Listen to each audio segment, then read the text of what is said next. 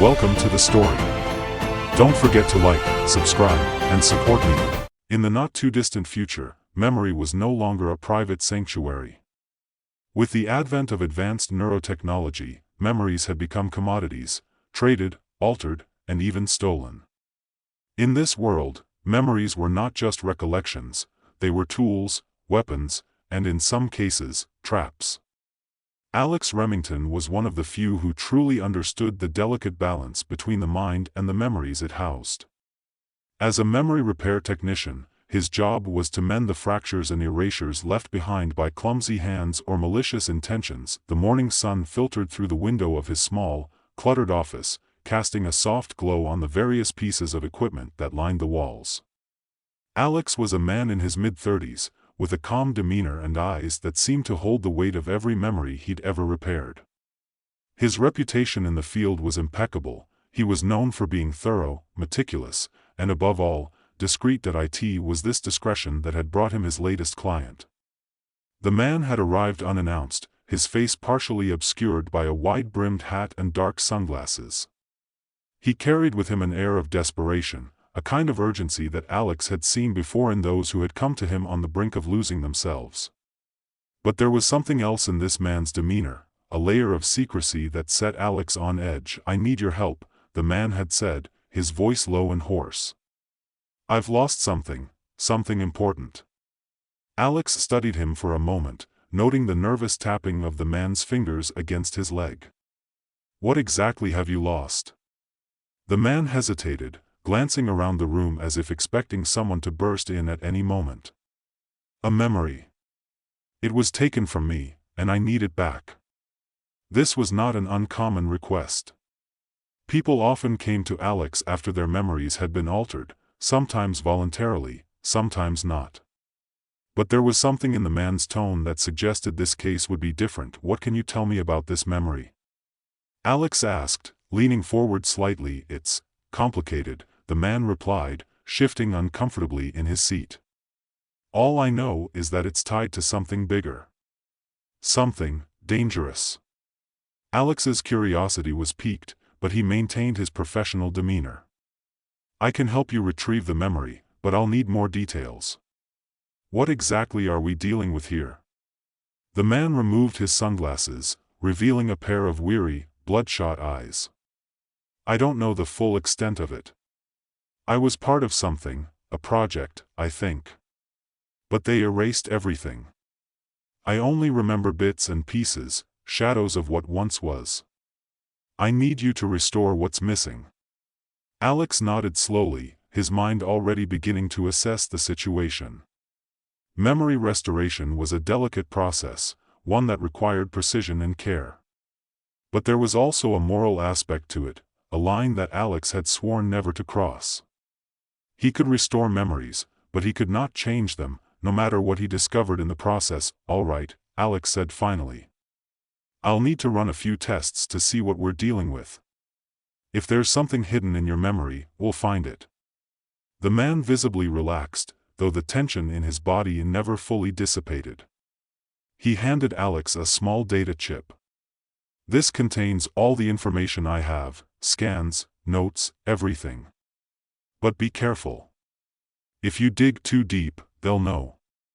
Alex took the chip, turning it over in his hand. "Who will know?"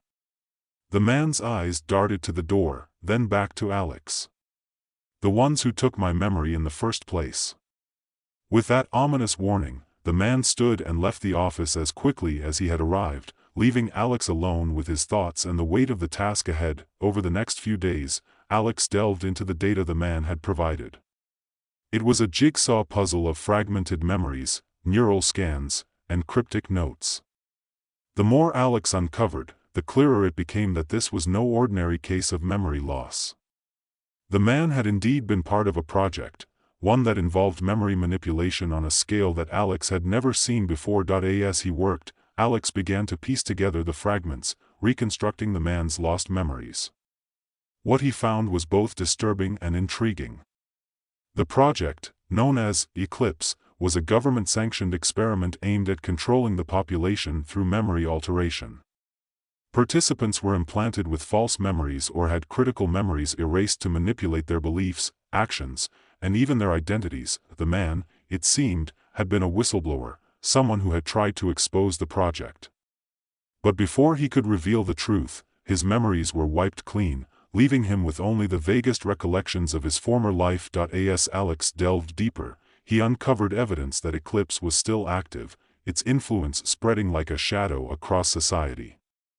The implications were staggering. Entire communities could be living under the influence of false memories, their lives dictated by a government that sought to control not just their actions, but their very thoughts. Alex was faced with a choice. He could restore the man's memory and walk away, leaving the truth buried where it could do no harm. Or he could expose what he had found, knowing that doing so would put him in the crosshairs of those who wanted Eclipse to remain hidden. The decision weighed heavily on him. He had always prided himself on his neutrality, his ability to remain detached from the memories he worked with. But this was different.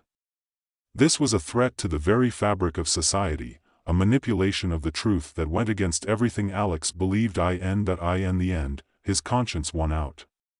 He knew that he couldn't let this go, that he couldn't allow the truth to remain hidden. He had to act. With the man's permission, Alex began the process of restoring the lost memory. It was a painstaking procedure, one that required him to navigate the man's neural pathways with extreme care. But as the memory slowly returned, so too did the man's determination. He remembered who he was, what he had been trying to do, and why it was so important. But as the final pieces of the memory fell into place, the door to Alex's office burst open. A group of government agents stormed in, their weapons drawn, their faces grim. Alex barely had time to react before he was forced to the ground, his hands cuffed behind his back. The agents confiscated his equipment, his files, and the restored memory. They hauled Alex to his feet, their expressions devoid of emotion as they escorted him out of the office. The man watched in horror as Alex was taken away, but there was nothing he could do. His memory had been restored, but the cost had been high.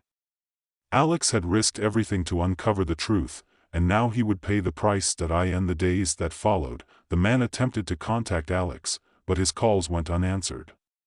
It was as if Alex had disappeared off the face of the earth. The man feared the worst, that Alex had been silenced, his memory erased just as his own had been. But then, a few weeks later, a package arrived at the man's door. Inside was a small, unmarked data chip, along with a note in Alex's handwriting. The truth must be known, it read. Do what you must. The man knew what he had to do. With Alex's sacrifice weighing heavily on his conscience, he made the decision to go public. The information on the chip was irrefutable, proof of the government's manipulation, evidence of the Eclipse project in all its sinister detail. The revelation sent shockwaves through society. People were outraged, horrified by the extent of the deception. Protests erupted, and calls for government accountability grew louder. The Eclipse project was shut down, its leaders arrested and brought to justice, but for Alex, there would be no vindication, no recognition of his role in exposing the truth. He had been erased, his memory wiped clean, his identity lost to the very technology he had once mastered. The man knew that Alex had made the ultimate sacrifice, giving up his own life to protect the truth, and yet, even in the face of such loss, there was a sense of closure. The truth had been revealed, and though Alex would never be remembered for his heroism, his actions had made a difference. The man could only hope that somewhere, in the depths of his erased memory, Alex found peace in knowing that his sacrifice had not been in vain. The man sat in his dimly lit apartment, staring at the data chip Alex had sent him. His hands trembled slightly as he inserted it into the reader, a sense of dread creeping over him. The truth was out there now, and the world had changed, but he still felt the weight of responsibility pressing down on him. Alex had sacrificed everything to make this moment possible, and it was up to him to ensure that sacrifice wasn't in vain. As the screen flickered to life, the files opened, revealing a series of encrypted documents, videos, and audio recordings. The evidence was all there, proof of the Eclipse project's reach, its manipulation of countless lives, and the government's ruthless efforts to keep it hidden. His heart pounded as he began to sort through the data, organizing it in a way that would make it easy for the public to understand. There was no turning back now. The man knew that once he released this information, there would be no hiding from the consequences. The government would come for him, just as they had come for Alex. But he also knew that the truth was more important than his own safety. It was bigger than him, bigger than Alex, bigger than any one person. Hours passed as he worked tirelessly, his mind racing with thoughts of what was to come. He imagined the chaos that would follow the release of this information, the protests, the investigations, the downfall of those who had orchestrated this massive deception. But he also knew that change would not come easily. There were those who would fight to maintain control, who would try to discredit the evidence, to twist the narrative in their favor. As he prepared to upload the files to a secure, anonymous server, a sudden knock on the door startled him. His breath caught in his throat, and for a moment, he feared that the government had already found him. He reached for the small pistol he kept hidden in a drawer, his fingers tightening around the grip as he moved cautiously toward the door. "Who is it?" he called out, trying to keep his voice steady. There was a brief pause before a familiar voice responded. "It's me." Relief washed over him as he recognized the voice of his old friend, Lena. He quickly unlocked the door and opened it just wide enough to see her standing in the hallway, a worried expression on her face. "You shouldn't be here," he said, glancing nervously down the corridor. "I had to come," she replied, slipping inside before he could protest further. "I heard about Alex. Is it true?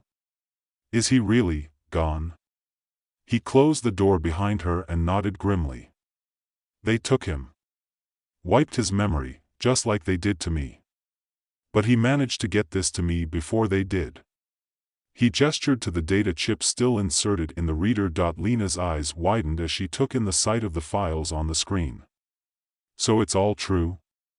Everything we feared?" "Worse than we feared," he said, rubbing a hand over his tired face. "Alex uncovered things we never imagined. The scale of this, it's unimaginable." Lena moved closer to the screen, scanning the documents quickly. "We have to get this out there. The people need to know." "I'm almost ready," he said, turning back to the computer. "I just need to finish the upload. But once it's out there, we're both targets. They'll come after us, just like they did with Alex." She nodded, her expression hardening with resolve. "I knew the risks when I got involved. I'm not backing down now." Together, they completed the final steps of the upload, ensuring that the files would be distributed to multiple sources simultaneously. There would be no stopping the truth now. The Eclipse project was about to be exposed for what it was, and the world would have to confront the reality of the manipulation it had endured. As the progress bar on the screen inched closer to completion, the man felt a strange mix of emotions: fear, anger, hope. He couldn't help but think of Alex, of the life he had lost to this mission. Would Alex have made the same choice if he had known how it would end? The man shook his head, dismissing the thought. It didn't matter now. What mattered was that they were here, on the brink of something monumental. The upload finished with a quiet beep, and the files were sent out into the digital ether, where they would be picked up by journalists, activists, and anyone else who had been waiting for a crack in the government's facade. The man leaned back in his chair, exhaling a long breath. "It's done," he said, more to himself than to Lena. She placed a hand on his shoulder, squeezing it gently. "Now we wait." They spent the next few hours in tense silence, watching as the world began to react to the information they had released. News outlets picked up the story quickly, and soon the airwaves were filled with reports of the Eclipse project, the government's role in it, and the implications for society as a whole. The reaction was immediate and intense. Protests erupted in cities across the globe, and social media was flooded with messages of outrage and disbelief, but with the truth also came the inevitable backlash. The government moved swiftly to contain the damage, issuing statements that denied the validity of the evidence and accusing those who had released it of treason. It was a battle for control of the narrative, and the stakes had never been higher. Lena and the man knew they couldn't stay in the apartment for long. As much as they wanted to see how things played out, they were both painfully aware that it was only a matter of time before the authorities tracked them down. They had to disappear, just as Alex had planned before them. "We need to leave," Lena said, breaking the silence. "Now?" He nodded, his mind already racing with thoughts of where they could go. "I have a safe house," he said. "It's not far from here. We can lay low until the dust settles." They packed quickly, taking only what they could carry. As they left the apartment, the man couldn't help but glance back one last time, feeling a pang of regret for the life he was leaving behind. But there was no room for sentimentality now. The truth was out there, and that was all that mattered. They moved through the city under the cover of darkness, taking back alleys and side streets to avoid detection. The safe house was a nondescript building on the outskirts of town, hidden among a row of abandoned warehouses. It wasn't much, but it would do for now. Inside, they found basic supplies: food, water, a first aid kit, and a few changes of clothes. There was also a small radio, which they used to monitor the news. The situation was escalating quickly, with reports of government crackdowns on protesters and increased surveillance in major cities. "It's getting worse," Lena said, her voice tinged with worry. "I know," the man replied, pacing the small room. "But we did what we had to do. The truth had to come out."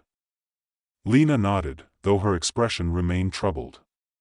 "What about Alex? Do you think there's any chance?" He shook his head. "If they wiped his memory, there's no getting it back. He's gone, at least the Alex we knew." They fell into another silence, the weight of the situation pressing down on them. The man couldn't stop thinking about what might happen next. Would the government succeed in suppressing the truth? Or would the people rise up, demanding accountability? And what would become of him and Lena, now that they were fugitives? The next few days were a blur of tension and uncertainty. They rarely left the safe house, venturing out only when absolutely necessary. The radio continued to relay the news, some good, some bad. The protests were growing, but so was the government's response. There were reports of arrests, disappearances, and even violence. Then, one evening, as they sat huddled around the radio, they heard something that made their blood run cold. The government had issued a warrant for their arrest, branding them as terrorists responsible for inciting unrest. Their faces were plastered on every news channel, their names linked to every crime the government could fabricate. "They're coming for us," Lena whispered, her eyes wide with fear. The man clenched his fists, feeling a surge of anger. "Let them come," he said through gritted teeth. "We knew this would happen. We're ready." But in truth, they weren't ready, not for this. They had expected resistance, maybe even a manhunt, but not this level of aggression. The government was pulling out all the stops to bring them down, and it was only a matter of time before they were caught. That night, they barely slept, their minds racing with thoughts of escape. But as dawn broke, they knew they couldn't stay in the safe house any longer. They had to keep moving, stay one step ahead of the authorities. They packed their bags once more, this time with a sense of finality. There was no telling where they would end up, or if they would even survive the journey. But they had come too far to give up now. As they stepped out into the early morning light, the man couldn't help but think of Alex once more. He wondered if Alex had felt the same fear, the same uncertainty, in his final moments. But he also knew that Alex had made his choice, just as they were making theirs now. They moved quickly, slipping through the shadows like ghosts. The city was waking up, but they remained unseen, avoiding the patrols and checkpoints that had sprung up overnight. Their destination was a remote mountain range on the outskirts of the country, a place where they could disappear, at least for a while. The journey was long and grueling, but they pushed on, driven by the knowledge that there was no turning back. As they neared the mountains, they could hear the faint hum of helicopters in the distance, a reminder that the government's reach was long, but they didn't stop. They couldn't. They had to keep going, keep fighting. Just as Alex had. Finally, after what felt like an eternity, they reached the base of the mountains. The air was cool and crisp, a stark contrast to the oppressive heat of the city. They found a small cave to take shelter in, their bodies weary but their spirits unbroken. As they sat in the darkness, listening to the sounds of the night, the man felt a strange sense of peace. They had done what they could, and now it was out of their hands. The world would decide what to do with the truth they had uncovered. Lena leaned against him, her head resting on his shoulder. "Do you think we'll ever be free again?" she asked quietly. He didn't have an answer for her. All he knew was that they had to keep going, keep fighting, until there was nothing left to fight for, and so they stayed in the cave, waiting for the dawn to break, knowing that whatever came next, they would face it together.